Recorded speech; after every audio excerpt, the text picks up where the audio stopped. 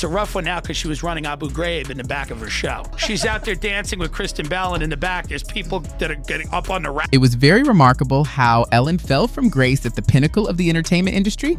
She dared to try to make a return by portraying herself as the victim, even after her brilliant reputation had been damaged. Actually reportedly complaining about how hard it is for women in America with the double standards. Look at Oprah, how hard it is for her. Oh, she's got, like 10 houses, Ellen DeGeneres? Michelle Obama, look how hard it is for women in America. They're hurt. What's most unsettling is how long Ellen's story remained hidden in plain sight. For nearly 15 years, she built an empire centered on kindness, hosting thousands of episodes and leading one of daytime TV's most beloved shows. Yet beneath that polished image existed a completely different reality, one few had the courage to reveal until everything came crashing down. It's rough. Ellen is like an old. But it's a rough one now. It's a rough one now because she was running Abu Ghraib in the back of her show. That's a rough one. She's out there dancing with Kristen Bell, and in the back, there's people that are getting up on the rack like this. It's so weird when you see, like, a lot of people saying that someone who seems so nice is not nice at all. She doesn't seem nice, but that's people have a very poor judge of character. She doesn't seem nice. It seems. While most headlines focused on the toxic workplace, the truth ran far deeper than a few mean bosses. Senior producers faced accusations of racism, unwanted physical behavior, and fostering an atmosphere ruled by fear and intimidation. But the real turning point came when the spotlight shifted to the host herself, revealing that the problem might have been rooted much closer to home. Out all the time, she doesn't seem nice. It's very forced. And whatever, you're allowed to be a bitch, right? You're allowed to be nasty to people. You're accomplished. You're a comedian. You did the whole thing. What you're not allowed to do is have a Guantanamo Bay situation in the backstage of your show where everybody's walking around afraid for their life, and it's like Abu Ghraib where they're hooked up to wires and they dogs have like around them. Yeah, she's got dogs and hoods. If an intern's late, they have a hood on. I don't support that. Ellen, long known for her famous motto, "Be kind," suddenly found herself surrounded by stories that painted a very different picture. The controversy ignited in March 2020 when comedian Kevin Porter posted a single tweet asking fans to share their strangest encounters with her, calling Ellen one of the meanest people alive. What followed was an avalanche of personal accounts that felt more like a collective therapy session than a Twitter thread. One person recalled, "I served Ellen and Portia brunch at a restaurant once. She complained about my chipped nail polish in a letter to my boss. I nearly lost my job, not because it was in her food, but because it was on my hand." Another shared that while working at Warner Brothers, their team threw a small birthday celebration with grilled steaks for their showrunner. Ellen, a strict non-meat eater, reportedly sent someone over to shut it down. Later, her staff was even instructed to remove fish from their menus. Comedian Adam Carolla also revealed that before his guest appearance, a producer warned him not to mention steak or meat because it might upset her. "I remember thinking, wow, this guy's genuinely terrified," he said. Allegedly, some employees were told never to make direct eye contact with Ellen or even speak to her. Despite the mounting backlash, Ellen still tried to stage a comeback, but not everyone was ready to welcome her back, and one of her most vocal critics, Megyn Kelly, made sure of that. Got canceled after she had this testy exchange with Dakota Johnson, where something happened where Dakota said, "Oh, I had this birthday party," and Ellen said, "Well, why didn't you invite me? You didn't invite me." And she said, like, "No, I did invite you, Ellen. That's not what happened." And Ellen had blown her off. And then tried to play the victim on the set with her. Anyway, it led to article after article of people being like, "Ellen's a bitch. Ellen is a nasty person."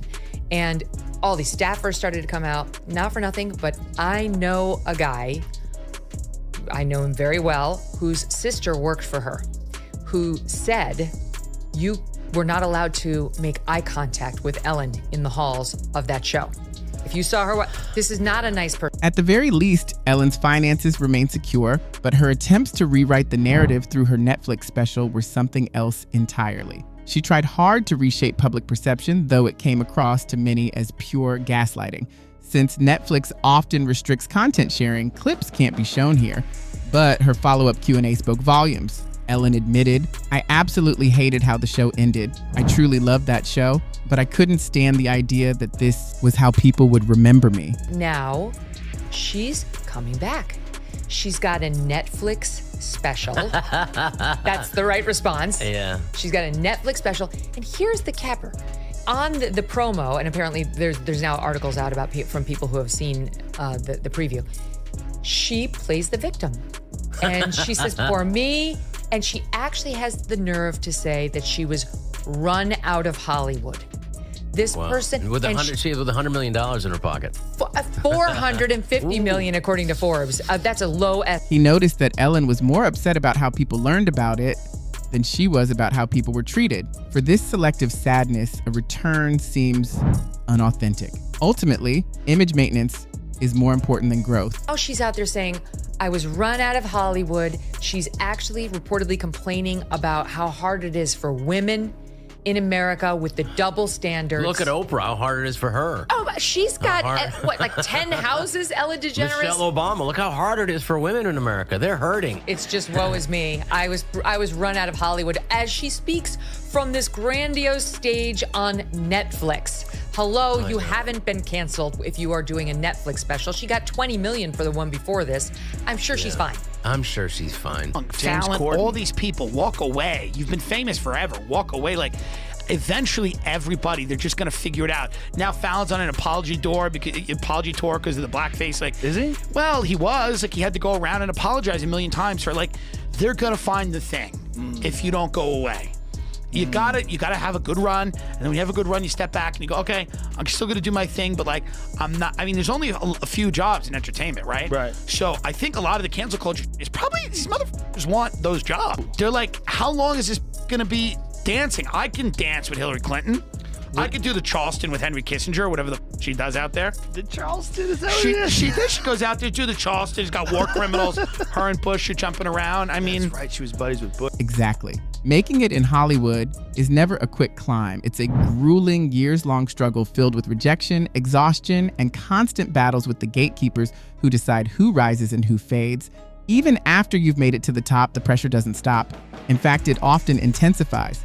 Behind the glitz, many celebrities endure mistreatment, manipulation, and betrayal. The industry's most powerful figures have rarely been symbols of virtue. History shows that the higher someone climbs, the more warped the power dynamics become, twisting ambition into arrogance and fame into control. Ellen's journey fits right into that pattern. She built her empire on charm and laughter, but lost it all when the curtain was finally pulled back. And instead of confronting the truth with humility, she seemed more focused on defending her image, an approach that made her attempts at redemption feel hollow. That's where Rob Schneider's words cut deep. He reminded her and everyone watching that a true comeback doesn't start with denial, it begins with acceptance. You'll never really move forward if you hold grudges and keep striking back, he said, urging Ellen to have what he called a coming to Jesus moment. It's a point where honesty replaces ego. He even pointed to Mel Gibson's career as proof that redemption is possible. After years of scandal and exile, Gibson faced his mistakes publicly, apologized, and rebuilt his standing bit by bit. Now he's back in major films, showing that America has a deep capacity for forgiveness, but only when someone shows genuine accountability. Ellen's story could follow a similar path, but it depends entirely on whether she values honesty over optics. So what do you think? Can Ellen truly bounce back, or has the world already moved on? Let me know in the comments, and don't forget to like and subscribe if you enjoyed this breakdown.